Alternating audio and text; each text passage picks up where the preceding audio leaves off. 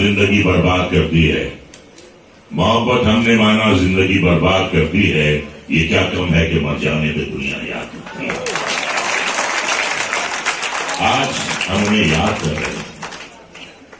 आज उन्हें गुजरे हुए 44 साल हो गए और मैं चश्मदीद गवाह हूं जब उनका इंतकाल हुआ और उनके जिस्म खाकी को कब्रिस्तान लाया गया। इतनी बारिश हो रही थी, इतनी बारिश हो रही थी, लोगों ने ये कहा कि आज तो आसमान भी रो रहा है, आसमान भी रो रहा है, आज आसमान की आंखों से भी आज आंसू टपक रहे हैं। तो ये थे हमारे रफी साहब। फिट बैठता है। आज हम जो उन्हें याद कर रहे हैं, इस सिचुएशन में इतना मौजू है वो गाना कि दिल का सुना साज तराना ढूंढेगा, तीरे निगाहे नाज निशाना ढूंढेगा, मुझको मेरे बाद जमाना ढूंढेगा। लोग मेरे ख्वाबों को चुराकर ढालेंगे अफसानों में, मेरे दिल की आग पटेगी दुनिया के परवानों में, वक्त मेरे गीतों का खजाना ढूंढेगा, दिल का सुना साज तराना ढूंढेगा। साथ ही मुझको याद करेंगे भीगी भीगी शामों में, लेकिन फिर एक मासूम सा दिल भी उन सारे हंगामों में चुप चुप के रोने का बहाना ढूंढेगा, दिल का सुना सा तराना ढूंढेगा, हीरे निगाहे नाज निशाना ढूंढेगा, मुझको मेरे बाद जमाना ढूंढेगा। रफी साहब ने गायकी को सिर्फ एक पेशा नहीं समझा, उसे उसने इबादत समझा, तपस्या समझी, आराधना समझी। यही वजह है इतनी मोहब्बत करते थे वो अपने पेशे से कि एक मुखड़ा मुझे याद आता है फिल्म मुगल आजम का।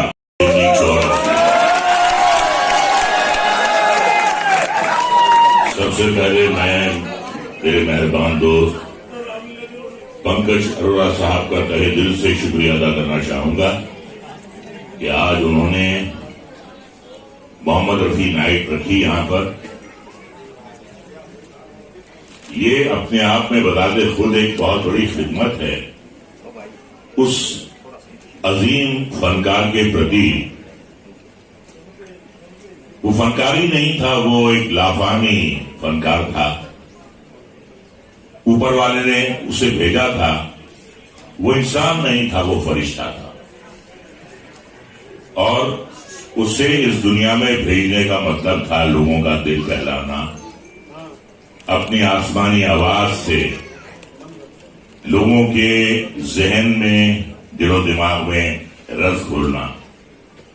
वो एक मिशन के साथ आए थे और वो चले गए। ये कहा जाता है कि अच्छे इंसानों की जरूरत ऊपर वाले को भी होती है। रफी साहब की अगर आप एक भी तस्वीर देखें, बिना मुस्कुराहट के आपको उनकी कोई तस्वीर दिखाई नहीं देती। मुस्कुराते रहते थे हमेशा। और ये मेरी खुशकिस्मती है कि 7 गीत मुझे भी उनके गाने का सौभाग्य प्राप्त हुआ है। और बहुत धीमे बात करते थे।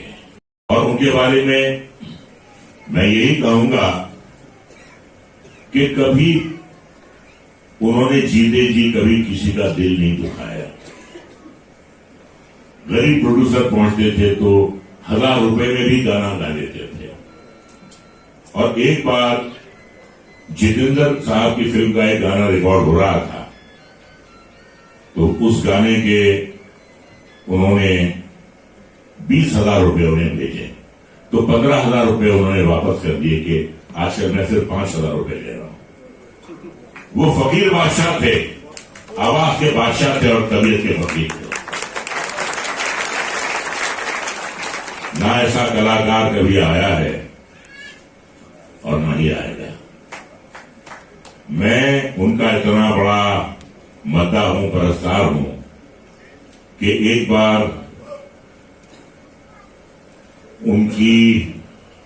उनका जो गांव है कोटला सुल्तान सिंह, डिस्ट्रिक्ट अमृतसर में, मैं वहां गया, उन गलियों में गया, फैन हूं और ये गाना हमेशा मेरे दिल को छूता है। तो मैं आपके सामने उस गाना गाने की कोशिश करूंगा, कहीं भूल चूक हो तो माफ कर दीजिए।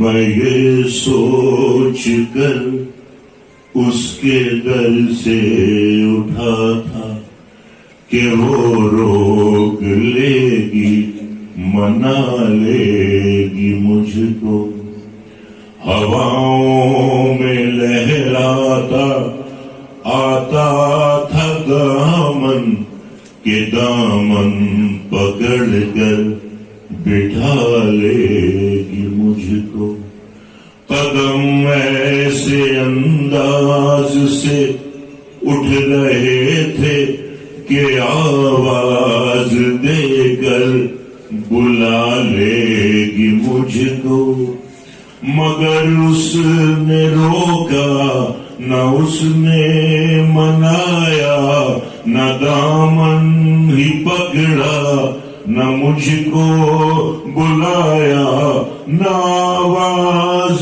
ही दी, न वापस बुलाया। मैं आहिस्ता आहिस्ता बढ़ता ही आया, पिछड़ेंगे मर के भी हम दोस्तों, ना पिछड़ेंगे मर के भी हम दोस्तों, हमें दोस्ती की कसम दोस्तों, पता कोई पूछे तो कहते हैं हम एक दूजे के दिल में रहते हैं हम,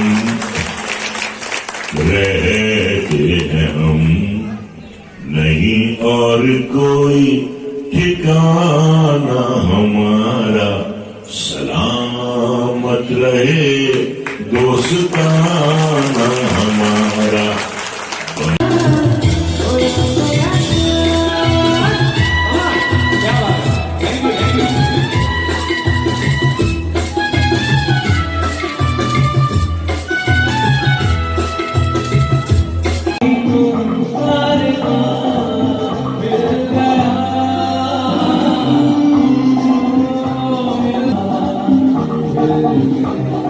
और आप जो सब मिल रहे हैं यहाँ पे, तो हमें लगता है कि हमें यहाँ जहाँ मिल गया और रफी साहब हमारे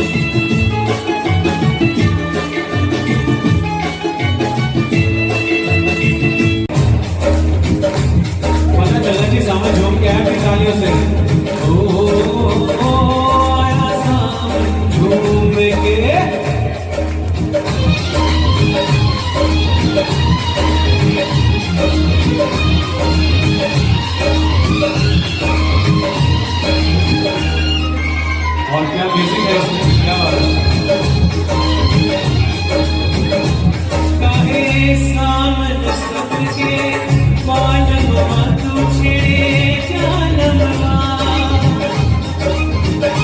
काहे सामन सबके पालवा तू छेड़े जानवा, काहे के नजर की नौरी तुम चुप के नौरी,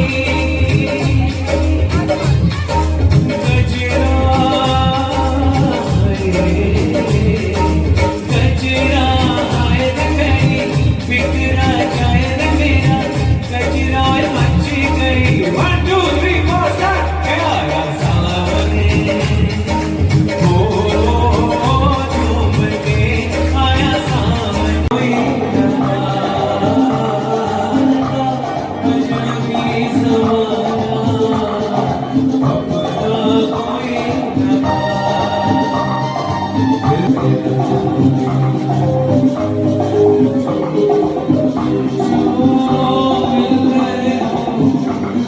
आज यमुनानगर में आए हैं, क्या कार्यक्रम था और कैसा लगा? दीपाली सर की ट्रॉफी नहीं मिल रही, प्लीज। ये रफ़ी साहब की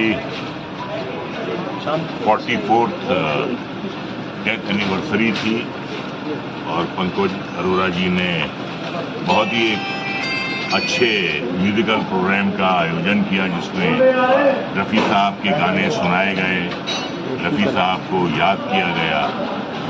वो तो एक ऐसा लाफानी कलाकार है जो इस दुनिया में होकर भी ना होकर भी अमर है।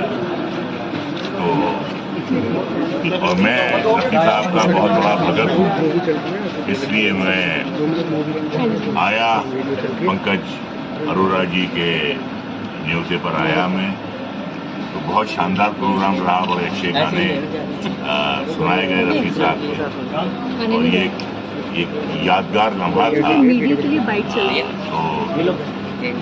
मैं ये कहूँगा कि हम हमेशा उनकी डेथ एनिवर्सरी मनाते हैं। मैं चाहूँगा कि जो उनका जन्मदिन है 24 दिसंबर को, उस दिन भी कार्यक्रम होने चाहिए। पैदाइश जो है वो खुशी का दिन होता है, और डेथ एनिवर्सरी जो है वो उसमें थोड़ा रंज है, थोड़ा दुख है। तो अगर प्रोग्राम रफ़ी साहब की याद में अगर उनकी पैदाइश के दिन भी हो तो बहुत अच्छा है, मैं यही कहूँगा। आप लंबे समय से फिल्मी दुनिया में हैं, आज का दौर और पुराना दौर, उसमें कितना अंतर मानते हैं और क्या कारण रहा इसका? नहीं, अंतर तो बहुत है और कुछ बहुत अच्छी बातें हुई हैं जो पहले नहीं थी। पहले इतना अनुशासन नहीं था, डिसिप्लिन नहीं था। पहले लोगों की जिंदगियों में उनकी बायोपिक्स नहीं बनती थी, जैसे मिल्खा सिंह की बनी, जैसे अजहरुद्दीन की बनी, जैसे सचिन तेंदुलकर की बनी, मैरी कॉम की बनी, मिल्खा सिंह की बनी, पहले नहीं बनती थी।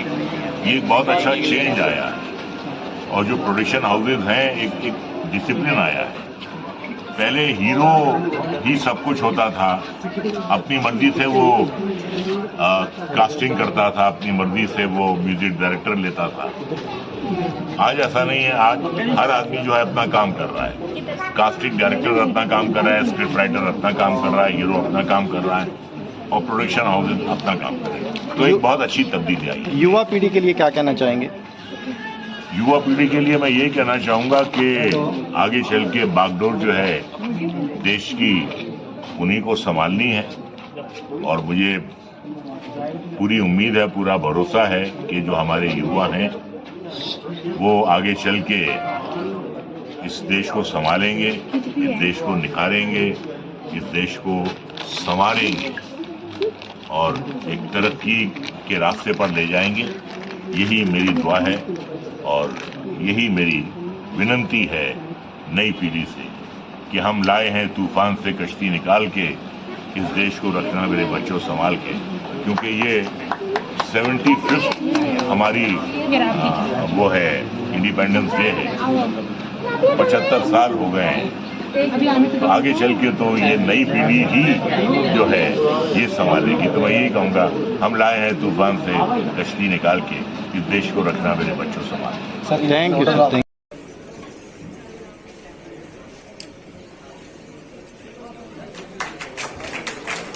मिस्टर प्रवीण कुमार जी, शालू गुप्ता जी, मिलेगी यकीनन। ये फैले हुए उनके पर बोलते हैं, और वही लोग खामोश रहते हैं अक्सर जमाने में जिनके हुनर बोलते हैं।